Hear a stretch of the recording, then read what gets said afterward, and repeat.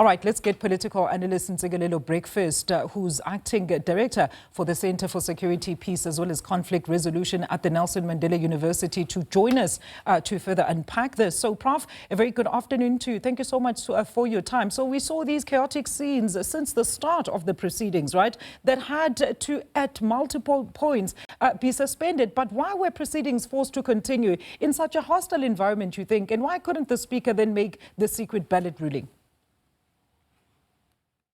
Well, I think she should have done that. But anyway, in the final analysis, I would say that the motion of no confidence was a project gone wrong. And it's important to understand that in a democracy, there are always winners and losers. And the losers, they have to accept when they've lost. That is also part of the democratic culture. You can't throw your toys around when things have not gone according to plan or your way and have the mentality of it's either my way or the highway. I think that is quite unfortunate. The behavior that was showcased by MK was very unnecessary. I mean, well, this was anticipated, Professor, that such an atmosphere will be palpable. As we knew, there was quite a lot of interest since the NFP and the EFF had made public some of their views and stance about what possibly could be. With the IFP Youth Brigade reportedly calling for a motion of no confidence in all EFF councillors in every municipality in KZN yesterday because the EFF had decided to support this motion. Of course, but you can't write a test and mark it yourself. You cannot be a judge in your own case whereby you provide a particular analysis for yourself. After all, democracy is a numbers game, right? So the IFP and the ANC and other coalition partners, they've won.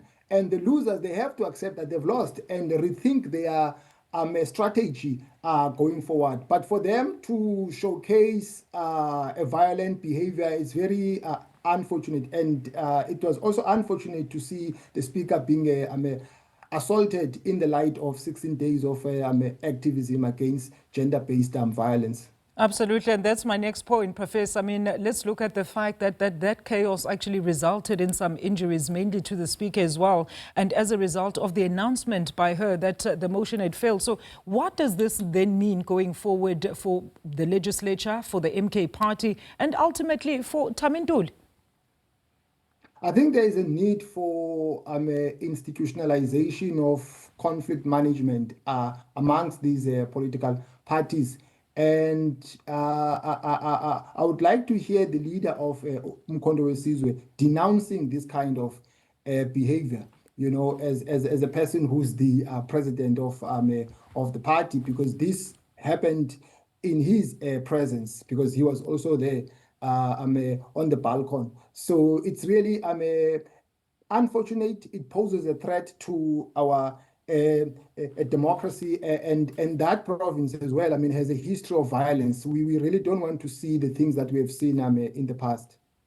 So what are the options going forward in regards to this motion, Professor? Because according to our reporter now, Ayanda Mhlongo, she says the MK party still believes that there was, in fact, no voting that was agreed upon. There was no final vote that was actually tallied, and that they are just going to simply wait for another day for the official announcement of either a new motion of no confidence or actual results.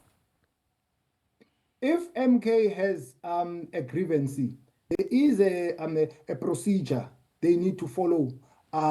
They can institute that grievance, but they cannot display a violent behavior to showcase their discontentment. That is really unacceptable.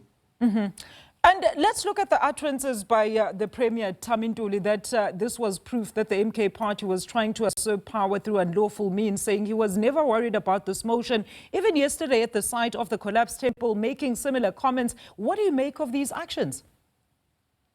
Look, the issue is that I understand maybe I would say the grudge that MK holds against other political parties, because they hold a view that they are the ones who should have been in this coalition arrangement with other coalition partners, given the fact that they got, I think, 38 percent. But then they are at fault. They should blame themselves, because instead of joining forces and forming a government, they were busy contesting the electoral outcomes. And the ANC and the IFP outmaneuvered them. So they cannot be angry at other coalition partners. They should be angry at themselves. So they need to rethink their strategy going forward. Professor, I mean, the MK party had also earlier argued, I'm sure you saw that, that some members had received threats or even death threats and would not have felt free to vote openly. And this was promptly rejected by the Speaker. So what do you think should have happened of course, when these concerns were actually brought to the Speaker? Look, that argument should be part of the packaging of the grievance that they need to institute, right? And then pitch it to the relevant structure and then see how the process unfolds. But you can't then take the law into your own hands and showcase a violent behavior in public and assault people and so on. Let's talk about what this means then going forward in terms of tensions between the IFP. Now, I'm just not talking about the legislature itself, Professor, but I'm talking at provincial level, because if you take into account also the historical settings of the province, are we possibly now potentially teetering on going back to that political violence that was amongst parties that were basically fighting over power? No, I don't want to go overboard and say yes, that is the case. I just think that this was just one of those unfortunate gatherings. I think that the dust will settle and these political parties will find each other.